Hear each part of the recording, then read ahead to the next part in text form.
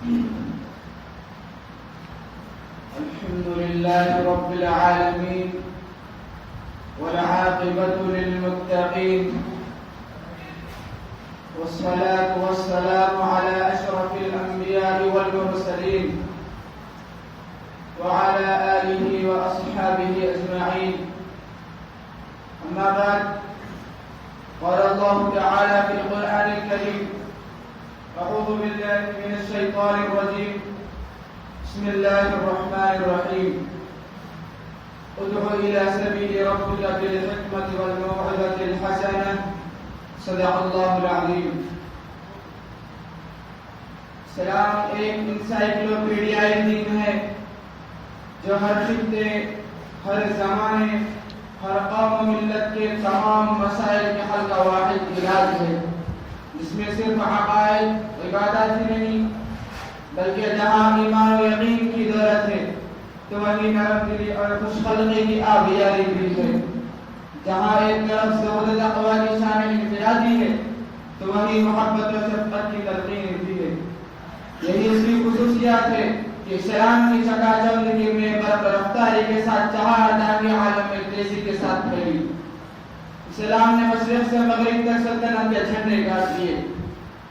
حضرات، اگر آپ اس کے پیچھے کار پر عنصر کو دیکھنا چاہیں تو میں بتلاتا چلوں وہ رسول اللہ صلی اللہ علیہ وسلم کا حسن کردار تھا، صحابہ کرام کا حسن سلوک تھا، مبلغین کی حسن ادا تھی.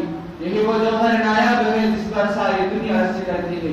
اگر سچ کہوں تو حسن اخلاق اور مذہب میں اسلام کا خلاصہ لب لباب اور نچوڑ ہے، بلکہ اسلام کی چکی حسن اخلاق کی طرف گھومتی نظر آتی ہے. جہاں قرآن کو اخلاق ہی اخلاق قرار دیا گیا تو وہیں اپنی عائشہ نے کان خلقہ القرآن کہہ کر رسول اللہ کو اخلاق کی انتہا بتائی.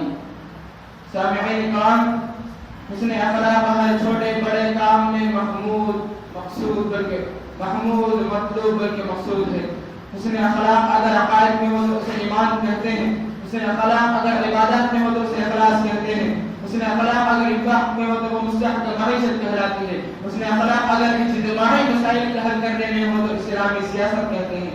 یہی حسن اخلاق اگر حق کی تفریح میں ہو تو اسے دعوت دین کہتے ہیں. اور اسلام سارا کا سارا حسن اخلاق ہے.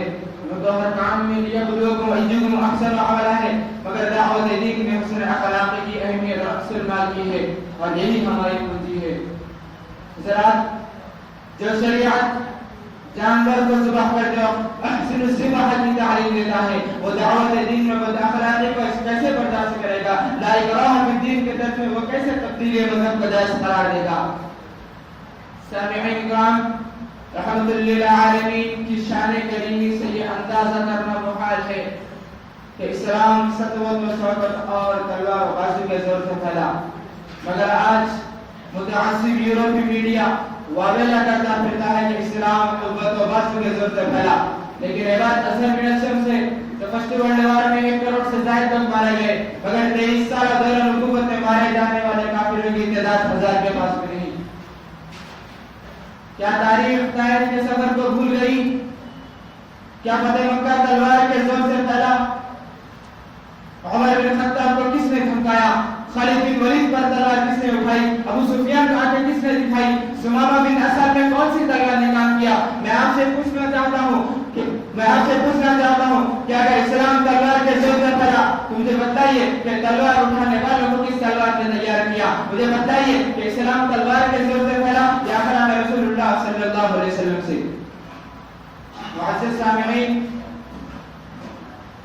یہی وہ حسن اخلاق تھے جس کی ساحرانہ تاثیر نے ساری دنیا کو موہ لیا، اور مسلمان فاتح بن کر حکومت کرتے اور مفتور ہو کر بھی عافیت سے رہتے. مگر افسوس کہ آج دنیا کے نقشے پر ایک سرسری نظر ڈالیں تو یہ بات کھل کر سامنے آ جائے گی کہ ہر خطے میں مسلمان المناک مصیبتوں کا شکار ہے. ایسے ماحول میں جہاں خود مسلمانوں کے جان و ایمان کی علالیں لڑ رہی ہیں، اگر ہم غیروں میں اسلام کی دعوت نہیں دیں گے اور ان کی اعتراضات ختم نہیں کریں گے اور مسلمانوں میں اعمال کی تبلیغ نہیں کریں گے تو وہ دور نہیں کہ ہمارا ملک دوسرا اسپین بن جائے. اسی لیے ہمیں میدان دعوت میں اترنا ہوگا اور قول علی دعوت دین کا فریضہ انجام دینا ہوگا. ایک کامیاب داعی کی ذمہ داری ہے کہ وہ معاشرے کی ترجیحات پر کھڑا اترے. کامیاب داعی وہ ہے جو زمانے کی نفس کو جانتا ہو, عقل و خرد رکھنے والا, دعوت کی حکم کو جاننے والا, ادعو الی سبیل ربک بالحکمت فرمان علی کی روشنی میں علم نفسیات سے آگاہی رکھنے والا, اخلاص للہ جل کہتا ہو, عاجزی و انکساری کا مجسم ہو, ذاتی مفاد سے بالا تر ہو, امت کے احوال سے بے نیاز ہو کر ان اجر اللہ علی اللہ کا نمونہ ہو, نرمی و رقت قلبی کی انتہا ہو, اولا له قول الاجتماع جدید متنوع طریقے سے آگاہی ہو. الیکٹرانک میڈیا اور پرنٹ میڈیا سے اثر انگیز طور پر حق کی ترجمانی کرنا وقت کی ایک بڑی ضرورت ہے. لہذا ضرورت ہے اس بات کی کہ ہم دعوت دین میں حسن اخلاق کی اہمیت کو سمجھیں, خواہ اپنوں میں دعوت ہو یا غیروں میں. موعظۃ حسنہ کی عملی تفسیر بن جائے. دعا ہے کہ اللہ ہمیں توفیق عمل نصیب فرمائے. آخر دعوانا